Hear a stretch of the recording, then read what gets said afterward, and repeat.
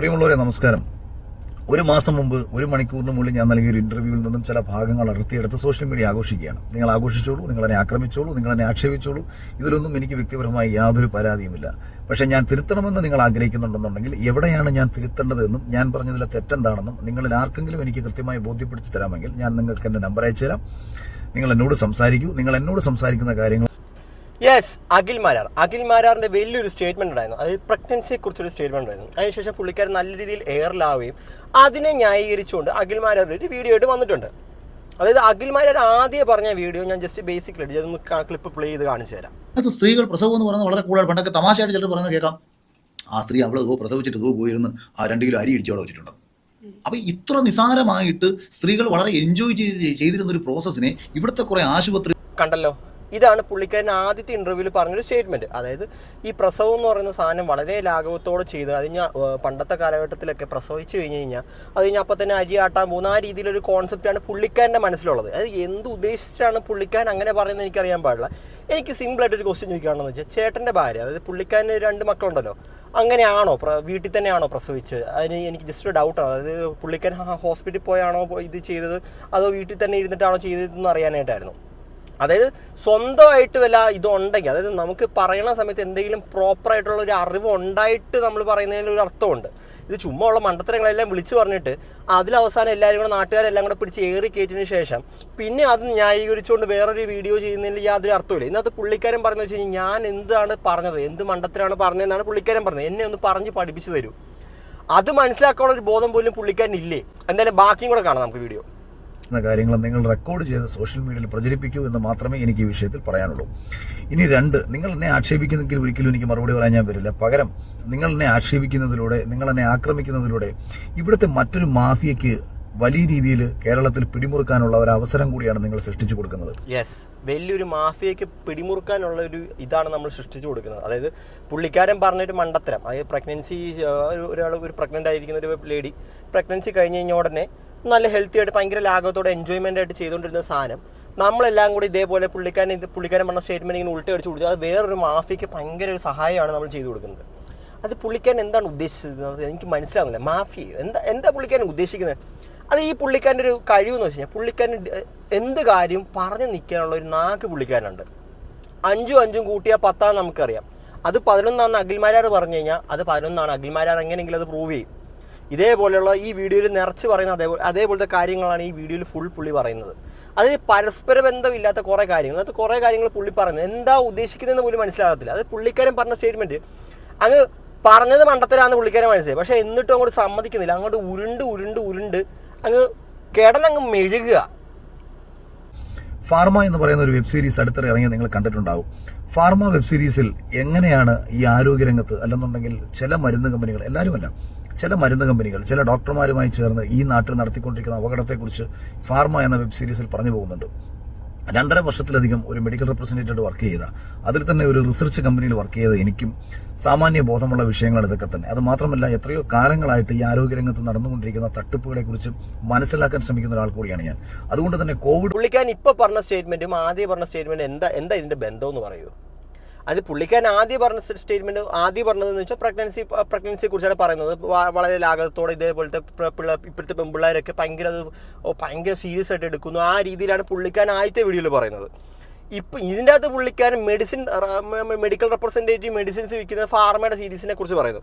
അതായത് നമുക്ക് എല്ലാവർക്കും അറിയാവുന്നതാണ്, ഈ മെഡിക്കൽ ഫീൽഡിൽ ഇതേപോലെ കുറേ കോമ്പറ്റീഷൻസും കാര്യങ്ങളൊക്കെ ഉണ്ട്. മെഡിസിൻസിൻ്റെയും കുറേ കാര്യങ്ങളൊക്കെ നമുക്ക് അറിയാവുന്നതാണ്. അതും ഈ പുള്ളിക്കാരൻ പറഞ്ഞ സ്റ്റേറ്റ്മെൻറ്റുമായിട്ട് എന്താ ബന്ധം? അതൊന്ന് പറയൂ, എനിക്കൊന്നും മനസ്സിലാവുന്നില്ലേ. പുള്ളിക്കാരൻ ഇന്നത്തെ കുറേ എന്തൊക്കെയോ പുള്ളിക്കാരൻ ഇത് മാസ്ക് ചെയ്യാൻ നോക്കുക. അത് പുള്ളിക്കാരൻ്റെ ഈ സാധനം തെറ്റാന്ന് അറിഞ്ഞിട്ട് പോലും പുള്ളിക്കാരൻ വേറൊരു രീതിയിൽ അങ്ങ് മാസ്ക് ചെയ്യാൻ നോക്കുക. വന്ന സമയത്ത് ആ സമയത്ത് തന്നെ ഫോളോ ചെയ്തിട്ടുള്ള പലർക്കും അറിയാവുന്ന ഒരു കാര്യമാണ്, കോവിഡ് എന്ന് പറയുന്ന ഒരു വലിയ തട്ടിപ്പിനെതിരെ, ഞാൻ കോവിഡ് എന്ന തട്ടിപ്പ് എന്ന് പറഞ്ഞാൽ രോഗം എന്ന തട്ടിപ്പല്ല, കോവിഡുമായി ബന്ധപ്പെട്ട് അതിനെ തുടർന്ന് ഈ രാജ്യത്തും ഈ ലോകത്തും നടന്നുകൊണ്ടിരുന്ന ഒരു വലിയ തട്ടിപ്പിനെതിരെയൊക്കെ ഞാൻ എൻ്റെതായ സംശയങ്ങൾ ആ സമയത്ത് ഉയർത്തിയിരുന്നതാണ്. അപ്പോൾ അതുകൊണ്ട് തന്നെ ഈ ആരോഗ്യരംഗത്തെ ഈ മാഫിയകൾ, അതായത് നിങ്ങളുടെ ശരീരത്തെ പരിപൂർണമായും വിറ്റ് തിന്ന് ജീവിക്കാൻ ആഗ്രഹിക്കുന്ന ഒരു മാഫിയകളെ കുറിച്ചാണ് ഞാൻ പറയുന്നത്. അല്ലാതെ ഇയാളിത് എന്ത് വാഴപ്പിണ്ടി പറഞ്ഞ് ഇതിനകത്ത് കോവിഡിനെ പിടിച്ചിടുന്നുണ്ട്. ഇയാൾ എന്താ ഉദ്ദേശിക്കുന്നത് ഈ വീഡിയോയിൽ? അതായത് പുള്ളിക്കാരൻ അതൊരു എക്സ്പ്ലനേഷൻ പോലും ഞാൻ ചെയ്ത് ഇതിനകത്ത് ആദ്യം ഈ വീഡിയോയിൽ സ്റ്റാർട്ടിങ്ങിൽ പറയുന്നുണ്ട്, ഞാൻ ആദ്യം പറഞ്ഞ ഇൻ്റർവ്യൂവിൽ എന്താണ് തെറ്റ്, ഞാൻ ഫോൺ നമ്പർ തരാം, നിങ്ങൾക്ക് ആർക്കെങ്കിലും എന്നെ ഒന്ന് മനസ്സിലാക്കുകയാണെങ്കിൽ ഞാൻ നിങ്ങൾക്ക് ഫോൺ നമ്പർ ഒന്ന് പറഞ്ഞ് മനസ്സിലാക്കാൻ പറഞ്ഞു. അതിനുശേഷം പുള്ളിക്കാരൻ കോവിഡിനെ കുറിച്ച് പറയുന്നു, കോവിഡിൻ്റെ മറ്റേ മാഫിയകളെ കുറിച്ച് പറയുന്നു. അതായത് കോവിഡ് എന്ന് പറഞ്ഞ രോഗം സമ്മതിച്ചു, പുള്ളിക്കാരൻ പറയുന്നു അത് ഉള്ളതാണ്, ആ രോഗത്തെക്കുറിച്ചൊന്നും പറയുന്നില്ല. പക്ഷേ ആ രോഗത്തിന് മരുന്ന് കണ്ടുപിടിച്ചതാണോ ഇപ്പോൾ തെറ്റ്? അല്ലേ, എന്താ ഉദ്ദേശിക്കുന്നത്? പുള്ളിക്കാരൻ പറയുന്നതനുസരിച്ച് കോവിഡ് എന്ന് പറഞ്ഞ രോഗം ഇല്ലെന്നല്ല, പക്ഷേ അതിന് പുറകെ നടന്ന മാഫിയകൾ, എന്ത് മാഫിയകൾ? മെഡിസിൻ കണ്ടുപിടിച്ചതെന്നാണോ ഉദ്ദേശിക്കുന്നത്? അത് കോവിഡിന് ഒരു വാക്സിൻ കണ്ടുപിടിച്ചു, അത് കണ്ടുപിടിച്ചത് ശരിക്കും പറഞ്ഞാൽ BJP ഭരണത്തിലുള്ള സമയത്ത് ചേട്ടൻ്റെ പാർട്ടി തന്നെയാണ്. ചേട്ടൻ ഇപ്പോൾ സപ്പോർട്ട് ചെയ്യുന്ന പാർട്ടി സമയത്ത് തന്നെയാണ് ഈ കോവിഡും കാര്യങ്ങളൊക്കെ വന്നത്. എന്താ ഉദ്ദേശിക്കുന്നത് മനസ്സിലാവുന്നില്ല പുള്ളി. മൂല്യത്തോടു കൂടി വർക്ക് ചെയ്യുന്ന ഡോക്ടർ എന്ന് പറയുന്ന പദത്തിന്റെയും നഴ്സ് എന്ന് പറയുന്ന പദത്തിന്റെയും മഹത്വം മനസ്സിലാക്കി പ്രവർത്തിക്കുന്ന ഒരു മനുഷ്യരെ അല്ല ഞാനീ പറയുന്നത്. ഇത്തരം നന്മയുള്ള മനുഷ്യരെ മുൻനിർത്തി അതിന് പിന്നിൽ അണിനിരക്കുന്ന മാഫിയകളെ കുറിച്ചാണ് പറയുന്നതെന്ന് ഞാൻ ആവർത്തിച്ച് പറഞ്ഞുകൊണ്ടാണ് ഞാൻ വീണ്ടും സംസാരിക്കുന്നത്. ഇല്ലെന്നുണ്ടെങ്കിൽ ഒരു വിഭാഗം ആൾക്കാർക്ക് അതൊരു വിഷമത്തിന് കാരണമാകും. ഞാൻ അവരെ അല്ല പറയുന്നത്. ഇത്തരം മാഫിയകളുടെ ഒരു ലക്ഷ്യമായിരുന്നു നമ്മുടെ ആരോഗ്യരംഗത്തെ പരിപൂർണമായും കച്ചവടവൽക്കരിക്കുക എന്നുള്ളത്. ആരോഗ്യരംഗത്തെ പരിപൂർണമായും കച്ചവടവൽക്കരിക്കണമെങ്കിൽ നിങ്ങൾ രോഗികളായി മാറിയേ അവർക്ക് പറ്റൂ. മറ്റേ മെർസൽ എന്ന് പറഞ്ഞ സിനിമയിൽ മറ്റേ ഇത് കണ്ടിട്ട് നൈസായിട്ട് അതിൻ്റെ കുറേ കാര്യങ്ങൾ നൈസായിട്ട് അങ്ങ് അടിച്ചു മാറ്റിയിട്ടുണ്ട് കേട്ടോ. മെർസൽ മറ്റേ വിജയുടെ പടമില്ലേ, അതിൻ്റെ അകത്ത് മറ്റേ ഹോസ്പിറ്റലിൻ്റെ കുറേ കാര്യങ്ങൾ, മെഡിസിൻസിൻ്റെ കുറേ കാര്യങ്ങൾ, അതിലൊക്കെ തന്നെ കുറച്ച് ഭാഗങ്ങളൊക്കെ നൈസായിട്ട് സ്ക്രിപ്റ്റ് പോലെ നൈസായിട്ട് പുള്ളിക്കാരൻ്റെ രീതിയിൽ ഇങ്ങോട്ട് ആക്കിയിട്ടുണ്ട്. കൊള്ളാം. ഒരു ഗർഭകാലത്തെ കുറിച്ചിട്ട് ഞാൻ പറഞ്ഞത് ഇത്രയേറെ ചർച്ചയാവാനുള്ള കാരണവും ഇതിന് പിന്നിൽ അവരുണ്ടായതുകൊണ്ട് തന്നെയാണ്. യെസ്, അഖിൽമാരാറിൻ്റെ ഇതിൻ്റെ ചർച്ചയുള്ള കാരണം എന്താണെന്നറിയോ? മാഫിയയാണ്, മാഫിയ, അല്ലാണ്ട് വേറെ ആരും കൊണ്ടല്ല. അതാ ഓർത്തത്. അതായത് പെണ്ണുങ്ങളുടെ ഈ പ്രഗ്നൻസിയെ കുറിച്ച് ഈ പുള്ളിക്കാരൻ ഇതേപോലത്തെ സ്റ്റേറ്റ്മെന്റ് പറഞ്ഞതിന് ശേഷം അത് ഇത്രയും ഏറലാണുള്ള കാരണം ആരെ? മാഫിയ. Pregnancy mafia. വെറുതെ അല്ല. എനിക്കെതിരെ ഒരു ഡോക്ടർ പരാതി നൽകിയിരിക്കുന്നു. നോക്കൂ, ഞാൻ പറഞ്ഞതിനകത്ത് നിങ്ങൾ ആഘോഷിക്കുന്ന കാര്യം പോലും ഒരു കാലത്ത് സ്ത്രീകൾ എൻജോയ് ചെയ്തിരുന്ന കാര്യമാണ് പ്രസവം എന്ന് പറയുന്ന ഒരു വാക്കിനെയാണ് നിങ്ങൾ ഏറ്റവും കൂടുതൽ പരിഹസിക്കുന്നത്. ഞാൻ അവിടെ പറഞ്ഞത് ഒരു കാലത്ത് എന്ന് ഉരുള് കിടന്നുരുള് പുള്ളി സമ്മതിക്കണം കേട്ടാ. ഞാൻ പറഞ്ഞ പോലെ ഈ 5 10 നമുക്കറിയാം. പക്ഷെ പുള്ളിക്കാരൻ അഖിൽമാരുടെ അത് 11 പറഞ്ഞാൽ പുള്ളിക്കാരൻ അത് 11 പ്രൂവ് ചെയ്യും. അതേപോലെയാണ് പുള്ളിക്കാരൻ ഇതിൽ കിടന്ന് ഉരുളുന്നത്. കൊണ്ടും തമാശ രൂപേണ നമ്മുടെ നാട്ടിൽ ആൾക്കാർ പറയാവുന്ന ഒരു കാര്യം എന്ന് കൂടി ഒരു ഇൻവെർട്ടഡ് കോമയിലാണ് ഞാനിത് പറഞ്ഞത്. ഒരു കാലത്ത് സ്ത്രീകൾ എൻജോയ് ചെയ്തിരുന്നു എന്ന് ഞാൻ പറഞ്ഞ ആ എൻജോയ് എന്ന വാക്കും അതൊരു പക്ഷേ ഇംഗ്ലീഷ് ഭാഷയിലുള്ള എൻ്റെ പ്രാവീണ്യക്കുറവാകാം, അല്ലെങ്കിൽ ഞാൻ ഉദ്ദേശിച്ച തലത്തിലല്ല അത് പുറത്തേക്ക് വന്നത് എന്നുള്ളതുണ്ടാവാം. എൻ്റെ അമ്മേ, സമ്മതിച്ചു കേട്ടോ നിങ്ങളെ. ഇങ്ങനെ ബിഗ് ബോസിലൊക്കെ ഉണ്ടായിരുന്ന സമയത്ത് പുള്ളിക്കാരനെ കുറച്ച് നിലപാടും കാര്യങ്ങളൊക്കെ ഉണ്ടായിരുന്നു. അതായത് പുള്ളിക്കാരനെ ഈ വിന്നർ ആവാനുള്ള കാരണം വെച്ചാൽ പുള്ളിക്കാരൻ ബിഗ് ബോസിൽ കാണിച്ച കുറച്ച് നിലപാടും കാര്യങ്ങളും അതൊക്കെ കണ്ടിട്ടാണ് നാട്ടുകാർ ഈ പുള്ളിക്കാരനെ വോട്ട് ചെയ്യിപ്പിച്ചത്. പക്ഷേ ഈ പുള്ളിക്കാരൻ ഇത്രയും വലിയ വ്യാളിയാണെന്ന് സ്വപ്നത്തിൽ പോലും വിചാരിച്ചില്ല കേട്ടോ. ഞാൻ കൃത്യമായി പറഞ്ഞത് അമ്മയാകാൻ കൊതിക്കുന്ന നിമിഷത്തിന്റെ ആനന്ദം എന്ന അർത്ഥത്തിലാണ്, അല്ലാതെ പ്രസവം എന്ന് പറയുന്ന വേദന നിറഞ്ഞ ഒരു പ്രവൃത്തിയല്ല ഞാൻ അവിടെ പറയുന്നത്. ഒരു മനുഷ്യന് മാതൃത്വത്തിനൊരു ലഹരിയാണ്. ഇപ്പൊ പറഞ്ഞല്ലോ മറ്റേ ഈ വേദന നിറഞ്ഞ ഇതിനെ അല്ല ഉദ്ദേശിച്ചത്. പിന്നെ എങ്ങനെ ചേട്ടൻ പറഞ്ഞ പ്രഗ്നന്റ് ഇപ്പൊ പുള്ളിക്കാരൻ്റെ നേരത്തെ ഇന്റർവ്യൂ പുള്ളിക്കാരൻ തന്നെയല്ലേ പറഞ്ഞത്, പഴയ കാലത്തിട്ട് ആൾക്കാരൊക്കെ പ്രസവിച്ചു കഴിഞ്ഞാൽ ഉടനെ ഒരു ഭയങ്കര ലാഭത്തോടെ പ്രസവിക്കുകയും ചെയ്യും, അതിനുശേഷം അരി ആട്ടാനായിട്ട് പോകുന്ന ഇയാൾ തന്നെയല്ലേ സ്റ്റേറ്റ്മെന്റിൽ പറയുന്നത്. ശരി, ഇപ്പം മാറ്റി പറയുന്ന ഇയാൾ തന്നെയല്ലേ പറഞ്ഞത്. അതായത് പ്രസവിച്ച് കഴിഞ്ഞാൽ ഉടനെ അരി ആട്ടാൻ പോകും, അരി ഇടിക്കാൻ പോകുന്ന ഇയാൾ തന്നെയല്ലേ ഒരു സ്റ്റേറ്റ്മെന്റ് പണ്ടത്തെ കാലത്തിലെ ആൾക്കാർ. എന്നിട്ട് ഇപ്പോൾ മാറ്റി പറയുന്ന കള്ള. പിതൃത്വത്തിനൊരു ലഹരിയുണ്ട്. അത് ആസ്വദിക്കണമെങ്കിൽ ഒരു നല്ല പിതാവായ നിമിഷങ്ങൾ എൻജോയ് ചെയ്യാൻ കഴിയണം, ഒരു നല്ല മാതാവായ നിമിഷങ്ങളെ ആസ്വദിക്കാൻ കഴിയണം.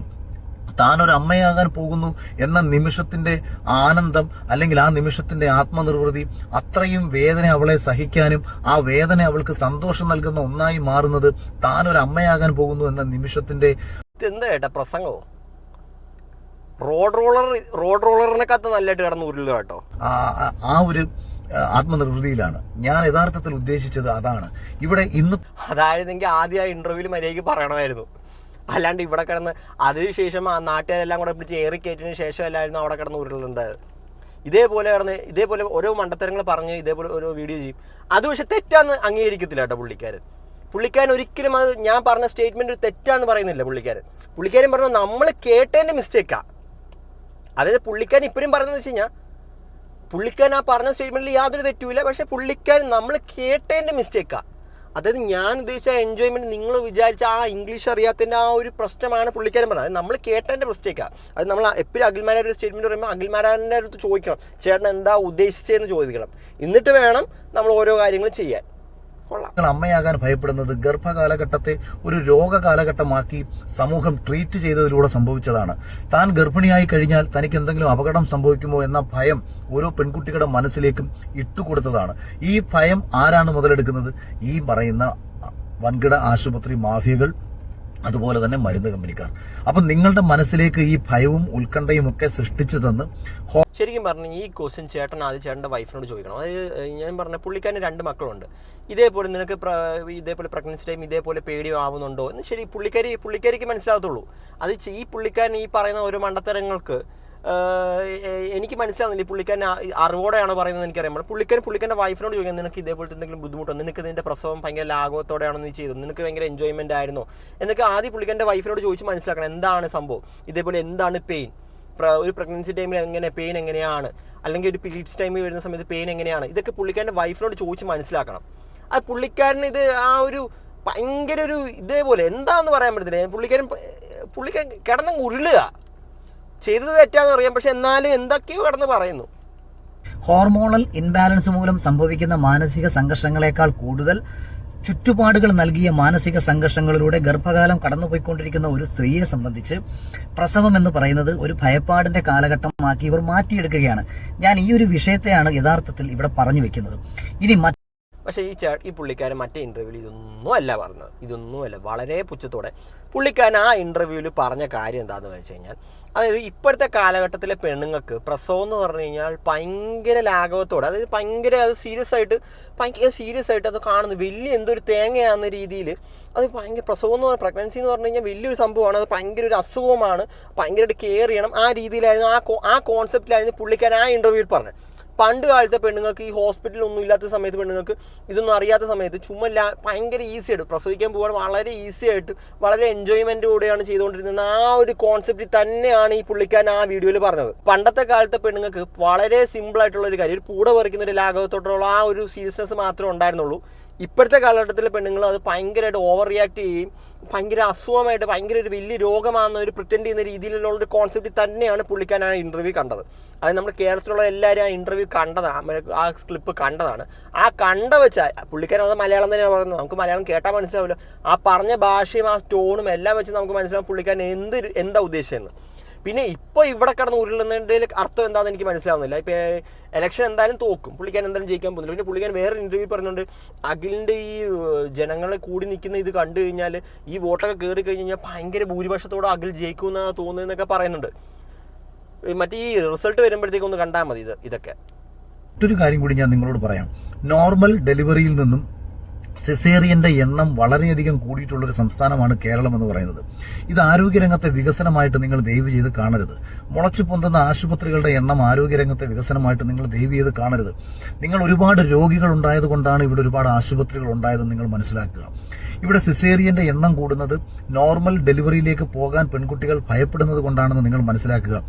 നോർമൽ ഡെലിവറിയാണ് ഒരു പെൺകുട്ടിയെ അല്ലെങ്കിൽ ഒരു സ്ത്രീയെ ഏറ്റവും ആരോഗ്യവതിയായി നിലനിർത്തുന്നത് എന്ന സയൻസിനെ നിങ്ങൾ മറന്നുകൊണ്ടാണ് അല്ലെങ്കിൽ മറച്ച് ഈ പുള്ളിക്കാരൻ്റെ ഇത് കണ്ടുകൊണ്ടിരിക്കുകയുള്ളൂ. അതായത് പുള്ളിക്കാരനോട് ചേട്ടൻ പറഞ്ഞത് മണ്ടത്തരമാണ്.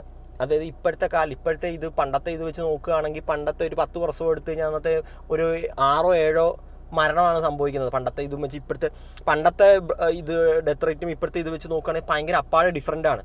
നമ്മുടെ കേരളത്തിൽ പിന്നെയും ഇതിൻ്റെ ഈ പ്രഗ്നൻസിയുടെ ഇതിൻ്റെ ലേബേഴ്സും ഇതിൻ്റെ പിന്നെയും നല്ല രീതിയിലുള്ള ഒരു ചേഞ്ചസ് നമുക്ക് കൊണ്ടുവരാൻ പറ്റിയിട്ടുണ്ട്. ചേട്ടന് ചുമ്മാ ഇല്ലാത്ത മണ്ടത്തരങ്ങളൊക്കെ വിളിച്ച് പറയില്ലേ. ചേട്ടൻ എന്ത് ഉദ്ദേശിച്ചിട്ടാണ് ഈ പറയുന്നത്? പണ്ടത്തെ കാലഘട്ടത്തിലാണ് ഭയങ്കര ഇത്, നമ്മൾ ഇപ്പോഴത്തെ കാലഘട്ടത്തിൽ കുറേ കോംപ്ലിക്കേഷൻസ് ഉണ്ട്. ഇപ്പോൾ പ്രസവത്തിൻ്റെ സമയത്ത് കുറേ കോംപ്ലിക്കേഷൻസ് ഉണ്ടെങ്കിൽ നമുക്ക് ഈസിയായിട്ട് കണ്ടുപിടിക്കാൻ പറ്റും, അത് ട്രീറ്റ് ചെയ്യാൻ പറ്റും. അത് പ്രസവത്തിന് മുന്നോടിയായിട്ട് നമുക്ക് കുറേ കാര്യങ്ങൾ ചെയ്യാൻ പറ്റും. ആ കൊച്ചിനെ അമ്മയെ സേവ് ചെയ്യാൻ പറ്റും. പണ്ടത്തെ കാലഘട്ടത്തിൽ അതൊക്കെ പറ്റുമോ? എന്തൊക്കെ വിവരക്കേടാണ് ഈ പറഞ്ഞു കൊടുക്കുന്നത്? പുള്ളിക്കാരൻ പറയുന്നത് ഇപ്പോൾ പണ്ടത്തെ കാലഘട്ടത്തെ പോലെ തന്നെ മതി എന്നാണോ പുള്ളിക്കാരൻ പറയുന്നത്? അതായത് പുള്ളിക്കാരൻ നേർക്ക് നേരെ ഒരു ഡിബേറ്റ് കിട്ടിയാലും പുള്ളിക്കാരൻ ഇത് തന്നെ പുള്ളിക്കാരൻ പറഞ്ഞ സ്റ്റേറ്റ്മെൻറ്റ് 5 5 10 അല്ല, 5 5 അഖിൽമാരാറിൻ്റെ ഭാഗത്ത് 5 5 എന്ന് പറയുന്നത് 11 അഖിൽമാരാർ അങ്ങനെ പ്രൂവ് ചെയ്യുകയും ചെയ്യും.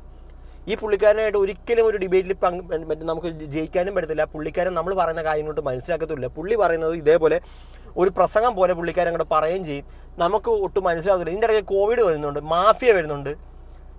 അതൊന്ന് ആലോചിച്ചാൽ മതി. ഈ വീഡിയോയ്ക്ക് പുള്ളിക്കാരൻ മാഫിയെ കൊണ്ടുവരുന്നുണ്ട്. അതായത് പുള്ളിക്കാരൻ ഇതിനെതിരെ ചെയ്ത വീഡിയോ ഒരു മാഫിയാണ് ചെയ്തതെന്നാണ് അഖിൽ മാരാർ പറയുന്നത്. കണ്ടിട്ട് നിങ്ങളുടെ അഭിപ്രായം കമൻറ്റ് ചെയ്യുക.